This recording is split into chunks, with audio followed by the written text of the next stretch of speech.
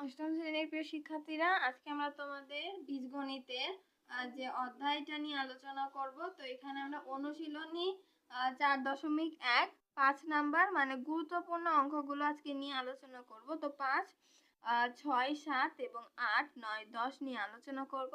তো চলো কথা না বাড়িয়ে ভিডিওটি শুরু করা যাক। তো এখানে আমাদের দেওয়া আছে x-1/x ইকুয়াল 3 হলে x² প্লাস 1/x² এর মান নির্ণয় করতে বলা হয়েছে। তো এটা কিন্তু আমাদের উদ্দীপক বলতে পারি। তাহলে আমাদের এখানে উদ্দীপকে কি দেওয়া আছে? দেওয়া আছে, এখানে আমরা লিখব দেওয়া আছে x-1x ইকুয়াল কি 3 দেওয়া আছে। তাহলে আমাদের এখানে প্রদত্ত রাশি কি বলা হয়েছে? প্রদত্ত রাশি আমাদের দেওয়া আছে x² প্লাস 1/x²। তাহলে আমাদের এখানে কি হবে? এখানে সূত্রটা আমরা বসিয়ে দেব। এখানে কিন্তু মাইনাসের মান আছে, এই জন্য আমরা মাইনাসের সূত্র বসিয়ে দেব। তাহলে আমাদের এখানে দেব আমরা x-1/x whole square plus 2 into, অর্থাৎ ইন্টু মানে কিন্তু আমাদের গুণ। তাহলে আমাদের এখানে 2 ইন্টু, এখানে x কে a ধরবো, x ইন্টু 1/x অর্থাৎ b। তাহলে আমাদের এটার মান কি? এটার মান কিন্তু 3 বলা হয়েছিল। তাহলে 3, এবারে 3 দিলে কিন্তু হোল স্কয়ার হয়ে যাবে। এখানে স্কয়ার একটা সংখ্যা, আমাদের স্কয়ার দেওয়া লাগে না, বাট দিলেও কোনো সমস্যা নেই। তারপরে আমাদের এখানে আমরা প্লাস আছে, প্লাস দেব এবং x আর h কিন্তু কেটে গেল। তাহলে 2 1 2, এখানে 1 এর কোনো মান নেই, এটার কোনো প্রয়োজন নেই। তাহলে আমাদের এখানে 2টা বসিয়ে দেব। তাহলে 3 আর 3, যদি আমরা এখানে 3 এর পর 2 অর্থাৎ 3 2 বার গুণ করব, তাহলে 3 3 9, এবার যোগ 2, তাহলে 9 আর যোগ 2 দিলে কত হয়? তাহলে আমাদের 11 হয়।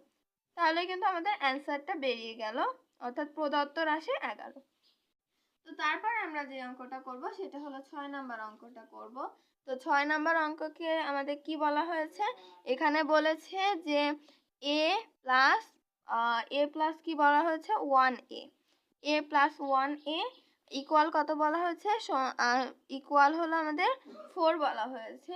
এবং আমাদের এখানে বলা হয়েছে প্রদত্ত রাশি দেওয়া আছে 1 4, অর্থাৎ 1 টু দি পাওয়ার 4 প্লাস আমাদের দেওয়া আছে 1/a টু দি পাওয়ার 4। তাহলে আমাদের এখানে আমাদের দিতে হবে দেওয়া আছে দিয়ে আমরা উদ্দীপকটা দিয়ে দেবো যে a প্লাস 1a ইকুয়াল 4। তাহলে আমাদের এখানে দিতে হবে প্রদত্ত রাশি কি হবে? a4 plus 1a4। তো এটাতে কিন্তু আমরা একটা জিনিস করতে পারি। দেখো, এটা কি আমরা এইভাবেও লিখতে পারি। দেখো, a স্কয়ার এবং a স্কয়ার, তাহলে আমাদের কিন্তু 4টা ভেঙে আমাদের স্কয়ার হয়, আমরা স্কয়ারের সূত্রটা দিতে পারবো। তাহলে a স্কয়ার আর স্কয়ার অর্থাৎ 2 আর 2 কত হয়? 4 হয়। তাহলে a4 একই বোঝায়, প্লাস হলো 1 a স্কয়ার আর a স্কয়ার, এখানে কিন্তু একই বোঝাবে। তারপর আমরা সূত্রটা দিয়ে নেব, সূত্র কিন্তু প্লাসের সূত্রই দেব। তাহলে a স্কয়ার, এখানে স্কয়ার দিতে হবে, প্লাস 1 স্কয়ার, এবার এখানে হোল স্কয়ার আছে, হোল স্কয়ার দেব। তারপর আমাদের যে সূত্রটা -2 a স্কয়ার এবং b স্কয়ার, এটা কিন্তু বলতেছে b স্কয়ার, কিন্তু আমাদের এখানে যে bটা আছে সেভাবে আমরা দেব। তারপর আমাদের এখানে আমরা সেকেন্ড ব্র্যাকেট দিয়ে আমরা যে সূত্রটা একবারে দেব সেটা হলো a plus 1a whole square minus 2a 1a।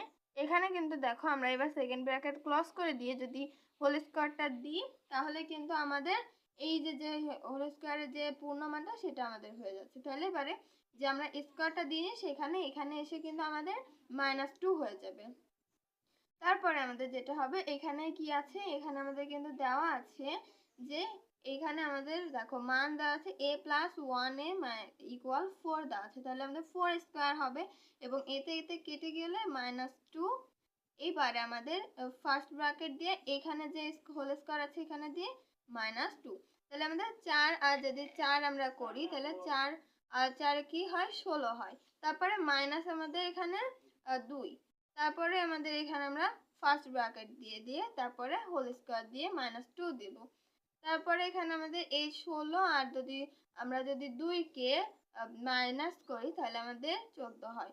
তারপর আমাদের এখানে হোল স্কোয়ারটা দিয়ে নেব এবং -2 দেব। তারপর এটা যদি আমরা গুণ করি 14 আর যদি 14কে আমরা গুণ করি তাহলে আমাদের কত হয় 4 4 16 6 হাতে 1 4 কে 4 আর 1 5 এবং আমাদের এখানে 4 কে 4 এবং 1 কে 1 তাহলে 6 5 আর 4 9 এবং 1 তাহলে 196 হবে। তাহলে 196 মাইনাস কত হবে 2 হবে, তাহলে আমাদের অ্যান্সার হবে 194।